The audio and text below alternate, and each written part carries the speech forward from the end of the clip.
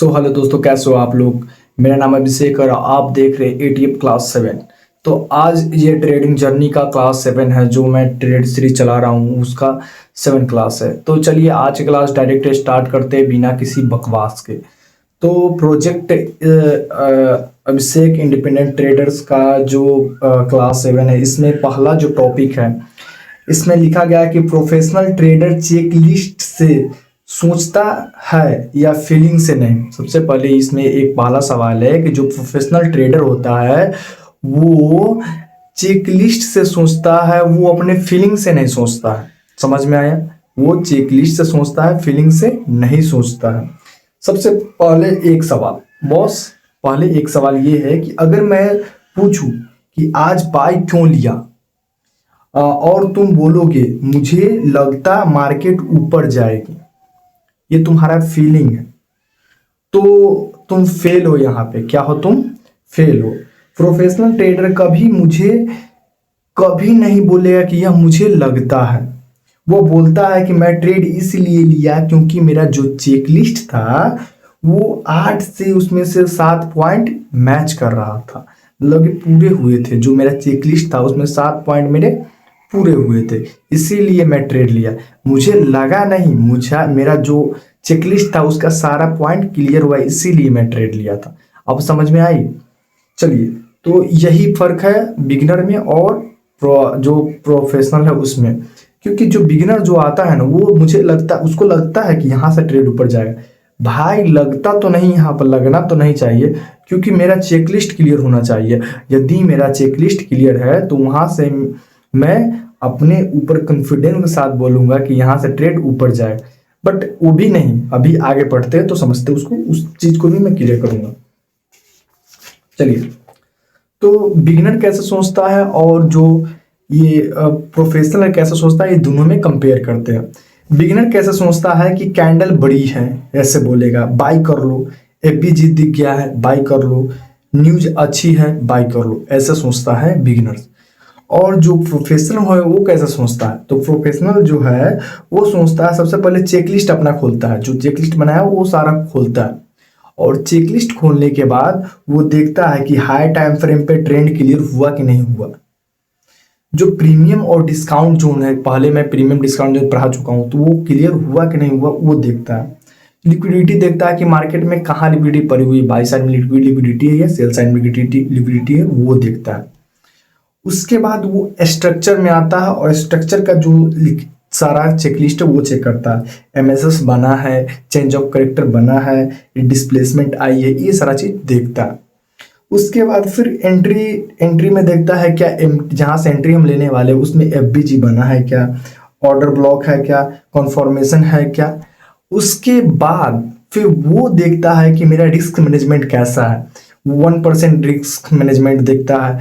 Are greater than या equal to 1:2 होना से अधिक होना चाहिए। और वो डेली जो लॉस लिमिट अपना निर्धारण किया है, इससे पिछले क्लास में बताया था कि एक प्रोफेशनल एक रूल्स बनाता है। वो रूल्स मेरा अगर 2 रूल ट्रेड लेना है डेली का, तो उससे तीसरा ट्रेड नहीं लेगा।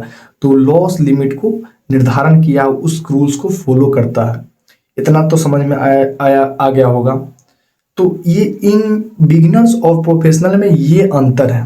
बिगिनर और प्रोफेशनल में ये बड़ी अंतर है। समझ में आ गया आप लोगों को? चलिए, अब सवाल नेक्स्ट है जो आपके सामने है।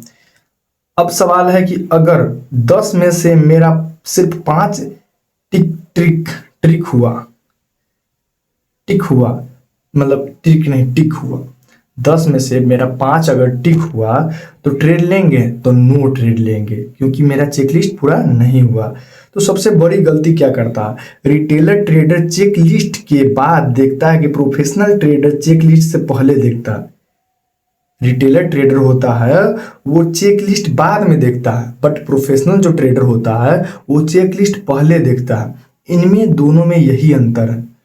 और एक उदाहरण देकर समझाता हूं। मान लो कि तुम्हें 9 एविडेंस मिले, मान लो तुम्हें 9 एविडेंस मिल गए, लेकिन अभी आर सिर्फ 1:1 का है, तो ट्रेड लोगे? जो रिटर्न 1:1 का आर है तो तुम ट्रेड लोगे? तो बोलोगे भाई प्रॉफिट तो हो ही नहीं रहा, 1:1 के ट्रेड लेके क्या करेंगे। तो बोलेंगे नहीं, क्योंकि चेकलिस्ट फेल हो गया है। मेरा चेकलिस्ट में क्या था, 1 रेशियो कम से कम 2 से स्टार्ट होना चाहिए, तब हम जाकर ट्रेड लेंगे, बट वो चेकलिस्ट फेल हो गया तो हम ट्रेड नहीं लेंगे। तो यहीं पे एटीएफ का रूल्स बनता है, और एटीएफ का रूल बनता है तो उसमें कहता है मुझे फीलिंग से एंट्री नहीं देगी। मुझे मेरा जो फीलिंग है कि मुझे लगता है कि मैं यहाँ से ट्रेड लूँगा, वो उससे मैं एंट्री नहीं लूँगा। मैं अपने चेकलिस्ट से एंट्री लूँगा, जो मेरा चेकलिस्ट है उसके अकॉर्डिंग मैं एंट्री लूँगा। समझ में आ गया? चलिए, तो कोच का जो आज मेरा कोच था उसने एक सीक्रेट बताया, और उस सीक्रेट को आप नोट करके रख लो।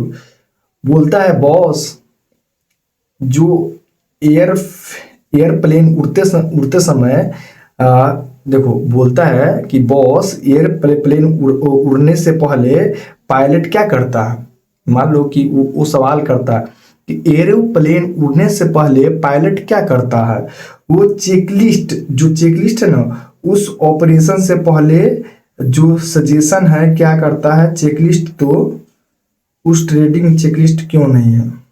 मतलब जो पायलट है जो एयरप्लेन उड़ाने से पहले वो अपना चेकलिस्ट देखता है और सारा को एक बार फिर से चेक करता है, उसके बाद उसमें वहां से टेकअप करता है। समझ में आया?